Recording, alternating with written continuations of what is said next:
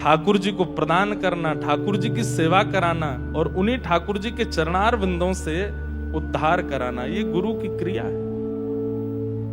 और क्या करते हैं? बोले तापत्रय विनाशाय। गुरु चरणार बिंद एक ऐसा आश्रय है जिस आश्रय में पहुंचने के बाद व्यक्ति सुन्न जैसा हो जाए। सुन्न मतलब फिर जीवन में आने वाली पीड़ाएं, जीवन में आने वाली किसी भी प्रकार की क्रिया आएगी तो सही, पर प्रभाव नहीं डाल पाएगी, व्यथित नहीं कर पाएगी। स्थितियां खत्म हो ऐसा नहीं है, पर स्थितियों से जूझना गुरुदेव के चरणारविंदों से आ जाता है। 3 प्रकार के तापों का जो विनाश करते हैं, मतलब ताप तो आते हैं पर ताप का होने वाला प्रभाव अनुभव नहीं होता। प्रमाण रूप में हम सूरदास जी की बात करते हैं, सहजोबाई की बात करते हैं, नाभा जी की बात करते हैं, पर अभी भी प्रत्यक्ष प्रमाण देखने हो तो प्रत्यक्ष प्रमाण में भी कई उदाहरण हैं। हमारे पूज्य महाराज जी उदाहरण हैं गुरु कृपा का। हमारे पूज्य पिताजी महाराज, पूज्य गुरुदेव भगवान उदाहरण हैं गुरु कृपा का। और आप सब उदाहरण हैं इस गुरु कृपा का। मैं उदाहरण हूं गुरु कृपा का। जीवन में आपत्ति, विपत्ति, संकट सबके आते हैं, कोई नहीं बचता इनसे। दुखालयम शाश्वतम, संसार दुखालय है, यहां सबके जीवन में दुख आता है। लेकिन गुरु कृपा उस दुख का अनुभव नहीं होने देती, उस अनुभूति से पीड़ित नहीं होने देती। ऐसे तापत्रय विनाशाय कृष्ण स्वरूप श्री गुरुदेव को हम बारंबार प्रणाम करते हैं। श्री कृष्णाय वयम नमः, हम सब प्रणाम करते हैं। और ये गुरु रूप में कौन है? जिनके चरणार विंदों में बैठे हैं ऐसे श्री अग्रदास जी महाराज, और उस परंपरा में वर्तमान विराजमान हमारे पूज्य महाराज जी, ये गुरु। प्रथम श्लोक के भाव से पूज्य गुरुदेव भगवान को आचार्य चरणों के चरणों में हम प्रणाम करते हैं।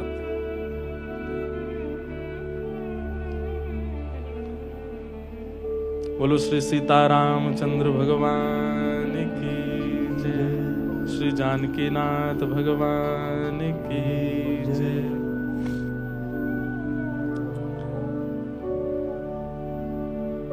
अग्रदास जी का एक पद है, पूज्य महाराज जी प्रस्थान कर रहे हैं। इतना सुंदर मंच बना है और व्यासपीठ के पीछे दोनों युगल सरकार विराज रहे हैं, और श्री अग्रदास जी महाराज देख करके गा रहे हैं। आप सब हमारे साथ गाओ। तिरछे हसन, तिरछे तकन हसन मृदु बोलन।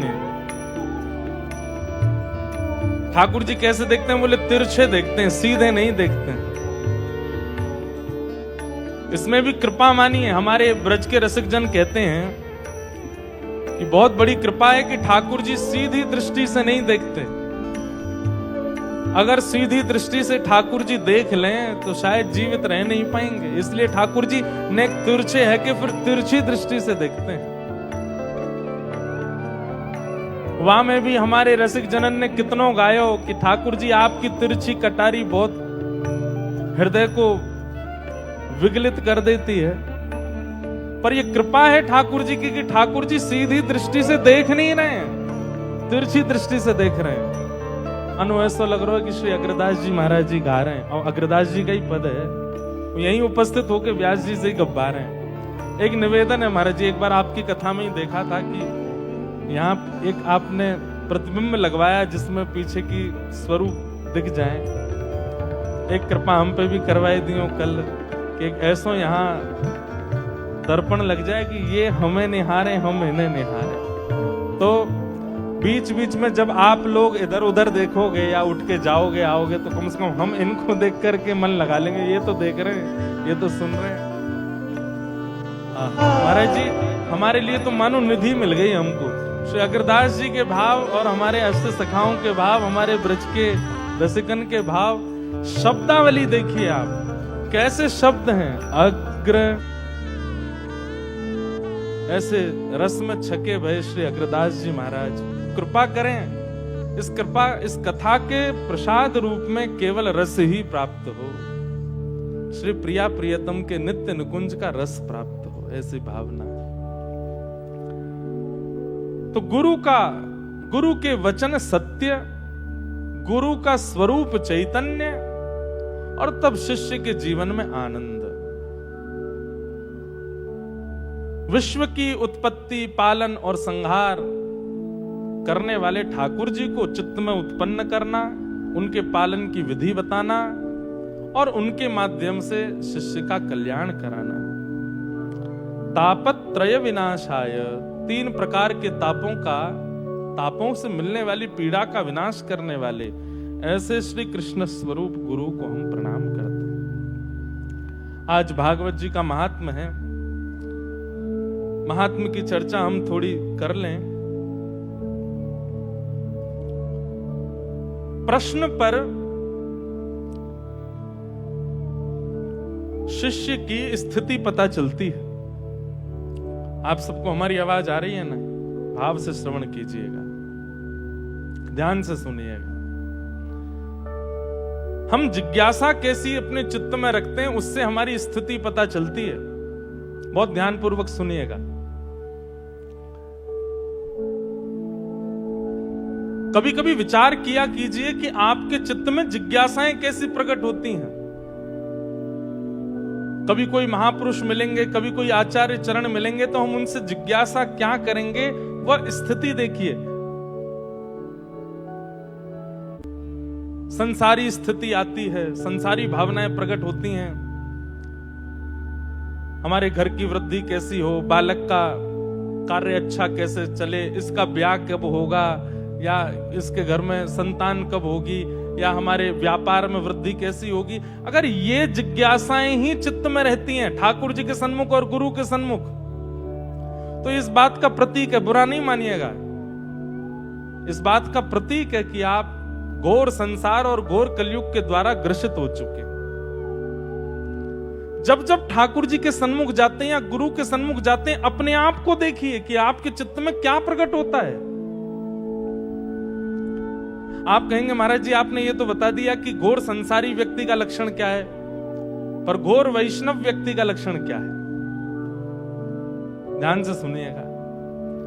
जब जब गुरु सन्मुख आएंगे और जब जब ठाकुर जी सन्मुख आएंगे, तब तब हृदय में शून्यता आ जाए, पता ही ना हो, विचार शून्य हो जाएं, शब्द खो जाएं। मुझे पता है कि महाराज जी बैठे थे तो मैं कैसे बोल रहा था। सन्मुख महाराज जी विराज जाएं, सन्मुख गुरुदेव आ जाएं, सन्मुख आचार्य चरण आ जाएं, तो अपनी सारी योग्यताएं भूल जाए।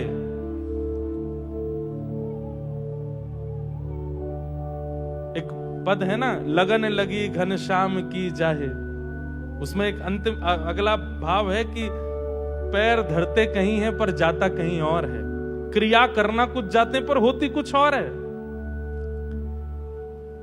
ये बौड़ायापन चित्त में आ जाए, ये अस्थिरता चित्त में, अस्थिरता विचलित करने वाली नहीं, अस्थिरता ऐसी मतलब कुछ व्यवस्थित करने जा रहे हैं पर अव्यवस्थित सा हो जाता है, पर कर नहीं पा रहे हैं, ये स्थिति बन जाए तो समझो कि वैष्णव है। सोच के बैठा था गुरु आएंगे तो ये पूछूंगा, ठाकुर जी सामने जाएंगे तो ये पूछूंगा।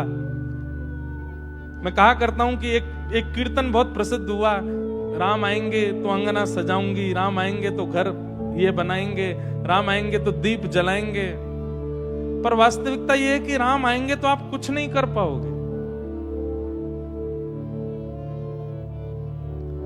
विदुरानी कुछ नहीं कर पाई है। ठाकुर जी पहुंच गए हैं, बिन बताए द्वार पर खड़े हो गए हैं। विदुरानी पाटा उल्टा धर दे रही है, फल का छिलका खिला रही है, फल दूर फेंक रही है। ये स्थिति बनती है जब ठाकुर जी सन्मुख आते हैं, तो जब गुरुदेव सन्मुख आते हैं तो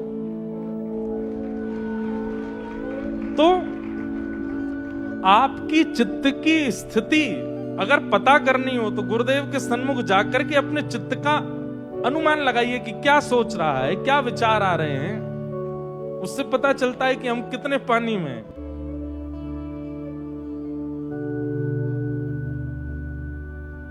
कुछ कह ना पाए, शब्द ना बन पाए, तब समझोगे हाँ ये है एक वैष्णव लक्षण। 88,000 सौनकादि ऋषि बैठे हैं और सूत जी महाराज के सन्मुख एक ऐसा प्रश्न प्रकट करते हैं। अब देखो एक और बात, गुरुदेव के सन्मुख, ठाकुर जी के सन्मुख कुछ निकलेगा नहीं मुख से, लेकिन अगर प्रयास करके निकलेगा भी तो ऐसा प्रश्न प्रकट होगा जिससे सबका कल्याण हो, बताने वाले का भी, सुनने वाले का भी, पूछने वाले। हम तो अपने आप को वैष्णव श्रेणी में मानते नहीं, पर इतने रसिकों के और वैष्णवों के सन्निधि हमको मिल जाती है गुरु कृपा से। हम तो बस उनकी वार्तालाप ही सुनते हैं। पूज्य महाराज जी के संग रहते हैं, हमारे पूज्य गोवत्स महाराज जी के संग रहते हैं, पूज्य महाराज जी के साथ में रहते हैं, तो बस हम कुछ नहीं पूछते, ना मैं कुछ बोलता, मैं बस देखता और सुनता ही रहता हूं कि किस किस स्थिति के वैष्णव आते हैं और क्या क्या जिज्ञासाएं प्रकट करते हैं, और उनकी जिज्ञासा से पता चल जाता है कि ये वैष्णवता है। सौनकादि ऋषि सूत जी महाराज के सन्मुख प्रश्न कर रहे हैं। क्या कह रहे हैं? कैसा प्रश्न है? हे गुरुदेव, हे सूत जी महाराज, श्रेष्ठ से श्रेष्ठ, पवित्र से पवित्र एक ऐसा साधन बताइए जिस साधन से कृष्ण प्राप्ति शीघ्र हो जाए। हम आप सब लोगों ने कितनी बार अपने गुरुदेव से यह जिज्ञासा प्रकट की होगी कि हे गुरुदेव भगवान श्री जानकीनाथ जी हमको कब मिलेंगे, हमें बताओ। नहीं करी होगी। हमें श्री राधा रमण लाल कब प्राप्त होंगे, ये जिज्ञासा हमने अपने आप से पूछी है। अंतिम बार कब की थी ठाकुर जी से, अपने गुरुदेव से? नहीं करते हम। लेकिन यहां पहली बार सूत जी आए और सौनकादि ऋषि कह रहे हैं कि भगवान कृष्ण प्राप्ति करम शश्वत साधनम तद्वदाधुना।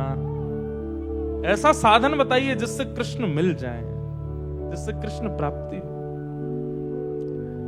श्रीमद् भागवत कई धाराओं में चलती है, उसमें एक धारा प्रश्न और उत्तर की भी है। श्रीमद् भागवत भक्ति सिखाती है, श्रीमद् भागवत वैष्णवता सिखाती है, तो श्रीमद् भागवत जिज्ञासा प्रकट करना भी सिखाती है। सीख करके जाया कीजिए, अपने सदगुरुदेव के सामने ऐसी जिज्ञासाएं प्रकट किया कीजिए। अब हमारी सुनी सुनाई बात कहीं आप लोग अपने गुरुदेव के पीछे पड़ जाएं कल से, गुरुदेव ठाकुर जी कब मिलेंगे, बस ऐसा नहीं। प्रस्तुतिकरण में कुछ तो नवीनता होनी चाहिए। आपके जिज्ञासा में, आपके भाव में कुछ नवीनता होनी चाहिए। ऐसे नहीं बस सीधे ठाकुर जी कैसे मिलेंगे, तो गुरुदेव भी सीधा सीधा उत्तर ही देंगे, लेकिन उसमें कुछ नवीनता होगी, कुछ आधुनिक। और ये नवीनता आधुनिकता विचार से नहीं आएगी। वास्तव में कृष्ण प्राप्ति की इच्छा होगी तो जिज्ञासा अपने आप नवीन हो जाएगी। जिज्ञासा में कुछ ऐसा पुट लगेगा कि गुरुदेव को बताना पड़ेगा कि कृष्ण प्राप्ति कैसे होगी।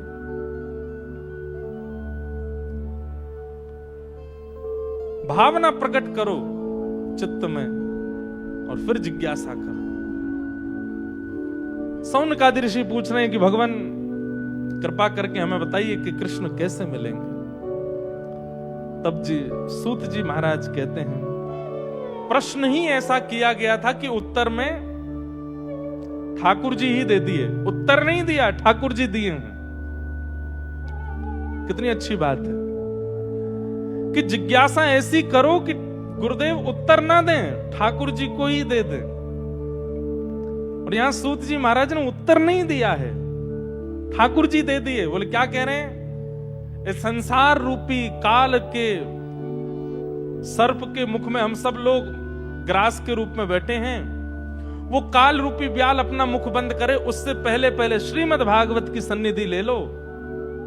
श्रीमद् भागवत की सन्निधि, एक बात बहुत ध्यान से सुन लीजिएगा, आचार्य चरण भी कह के गए, महाराज जी भी कह के गए, और हम भी कहेंगे, आपको ये बात माननी पड़ेगी। जैसे लोग टैटू गुदवा लेते हैं पर वो जीवन भर रहता है, ऐसे इस बात को भी अपने चित्त में धारण कर लीजिए, जीवन भर रहे। श्रीमद् भागवत की प्राप्ति मतलब श्री कृष्ण की प्राप्ति है। श्रीमद् भागवत की कथा श्रवण करना, इसका मतलब साक्षात ठाकुर जी को श्रवण करना है। यहां से नीचे उतरने के बाद हमसे आप कछु बोलो, जो मन चाहे बोलो, हमारी सुनो मत सुनो, पर यहां बैठने के बाद जब बोले तो यही समझ लियो ये तो माइक है लाला, पीछे बैठे ठाकुर जी या माइक को आश्रय लेकर के हमसे वार्ता कर रहे हैं, हमसे बोल रहे हैं, हमसे चर्चा कर रहे हैं। और उस भाव को पूर्णतया स्वीकार कर लीजिएगा।